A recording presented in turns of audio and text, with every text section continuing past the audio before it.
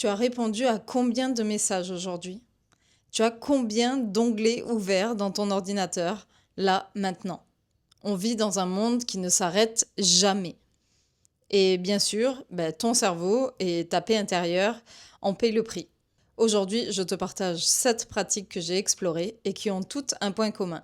Elles ne coûtent rien, elles ne demandent pas beaucoup de temps. Et surtout, elles agissent vraiment sur ton système nerveux.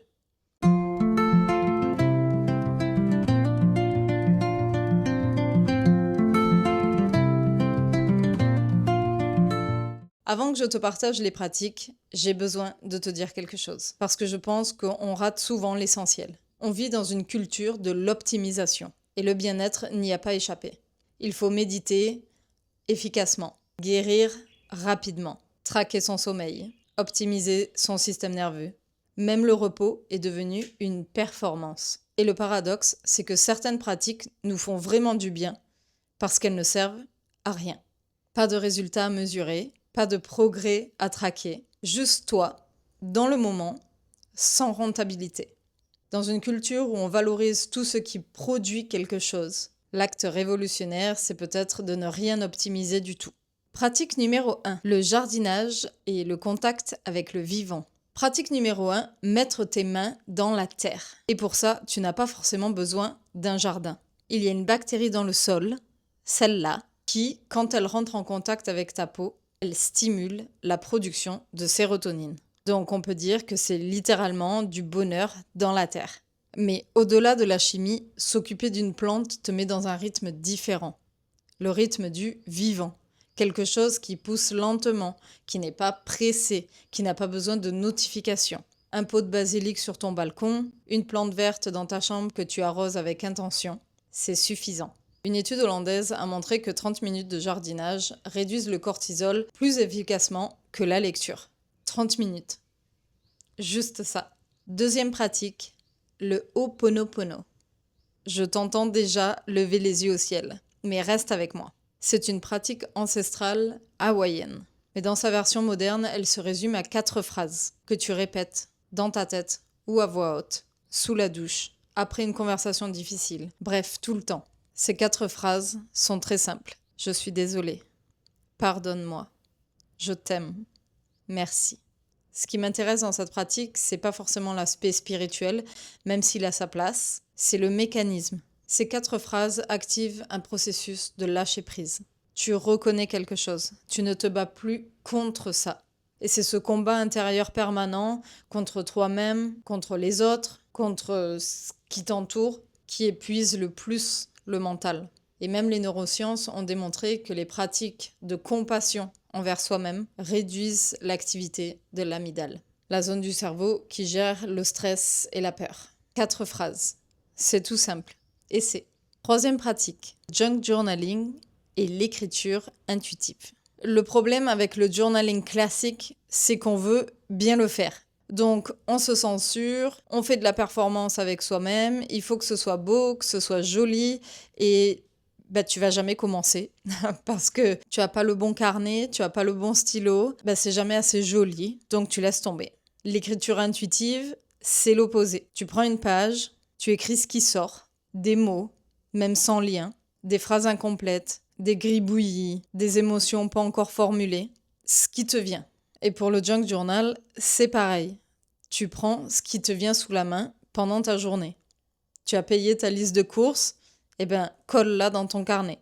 Tu es sorti pour faire une balade, récupérer une feuille sur le chemin. Juste mets du sens dans ta journée. Ce carnet, il ressemblera peut-être à rien, mais justement, tu t'en rappelleras d'autant plus. Parce que pendant ta journée, tu as collectionné ces petits bouts de ta journée qui font peut-être toute la différence, qui t'ont peut-être énervé, qui t'ont peut-être amusé. C'est simple comme bonjour. Tant que les pensées restent dans la tête, elles tournent en boucle. Les mettre sur papier, même n'importe comment, ça crée une distance. Tu passes de « je suis mes pensées » à « j'observe mes pensées ». Et les thérapeutes appellent ça la diffusion cognitive. James Pennebaker, chercheur à l'Université du Texas, a montré que 15 à 20 minutes d'écriture expressive par jour réduisent les marqueurs biologiques du stress et améliorent même la fonction immunitaire. Et toi, t'appelles ça 5 minutes avec mon stylo et mon vieux carnet. Quatrième pratique, marcher sans stimulation. Et celle-là, je sais que ça semble simple, presque trop simple, mais c'est très efficace. Marcher, mais sans rien dans les oreilles. Pas de podcast, pas de musique, pas d'appel. Juste toi qui marche. Je sais que ça peut sembler un petit peu inconfortable au début parce qu'il n'y a pas de but précis, mais c'est normal. En fait, ton cerveau est tellement habitué à la stimulation constante qu'il panique un peu dès qu'il n'y en a plus. Il cherche quelque chose à traiter. Mais c'est précisément dans cet espace de rien que quelque chose se passe. Les neurosciences appellent ça the default mode network, le réseau qui s'active quand tu ne fais plus rien de particulier. C'est lui qui traite ce qui n'a pas encore été digéré. Les idées arrivent, les émotions se posent, les connexions se font. Ce n'est pas de l'ennui, c'est du traitement actif. 20 à 30 minutes sans écouteurs, sans écran, c'est de la thérapie gratuite. Cinquième pratique, les activités manuelles lentes. Fais quelque chose avec tes mains, lentement. Faire du pain, coudre, dessiner, réparer quelque chose qui était cassé. Il y a quelque chose dans le geste répétitif et manuel qui demande juste assez d'attention pour ne pas ruminer, mais pas assez pour être stressante. En thérapie, on appelle ça le flow. Un défi légèrement supérieur à tes capacités actuelles, mais à portée de main. Et le fait de produire quelque chose de tangible, du pain, une broderie, un objet réparé, active le circuit de récompense. Tu existes dans le monde physique. Tu laisses une trace réelle. Pas un like, pas un message vu. La neuroscientifique Kelly Lambert a documenté que les activités manuelles produisant un résultat visible augmentent la dopamine et réduisent les symptômes dépressifs. La poterie, le tricot, la cuisine lente, c'est pas de la nostalgie, ça en devient de la biologie. Sixième pratique, les bains sonores et la musique immersive. Alors, je veux démystifier tout ça parce que je sais que ça peut sembler très new age. Le son n'est pas anodin. Ton système nerveux y répond biologiquement. Ça passe par le nerf vague, par des réponses physiques involontaires. Les bains sonores, les fréquences binaurales, la musique ambiante à basse stimulation, tout ça ne fonctionne pas parce que c'est mystique, ça fonctionne parce que ton cerveau synchronise ses ondes avec les fréquences qu'il perçoit. Écouter de la musique à fréquence stable induit des états de relaxation profonde et de méditation légère. Concrètement, mets un casque, cherche 432 Hz relaxation ou Theta Waves sur YouTube, Spotify, Apple Music, peu importe. Allonge-toi, même 20 minutes, sans rien faire d'autre. Tu verras, tu n'as pas besoin d'y croire pour que ça marche. Septième pratique, les micro-rituels du quotidien. Et c'est peut-être la plus accessible de toutes les pratiques. Un rituel, ce n'est pas une routine. Une routine, tu l'as fait pour être efficace. Le rituel, tu le fais pour exister, pour ressentir. Par exemple, prépare ton café comme si c'était la chose la plus importante de ta journée. Allume une bougie avant de travailler. Lève-toi 5 minutes avant ton réveil, juste pour regarder la lumière dehors. Ferme ton ordinateur de la même façon tous les soirs. Les micro-rituels créent des points d'ancrage dans ta journée. Ils disent à ton système nerveux, ici commence quelque chose. Ici, ça se termine. Dans un monde sans structure, c'est une forme de sécurité que tu te crées à toi-même.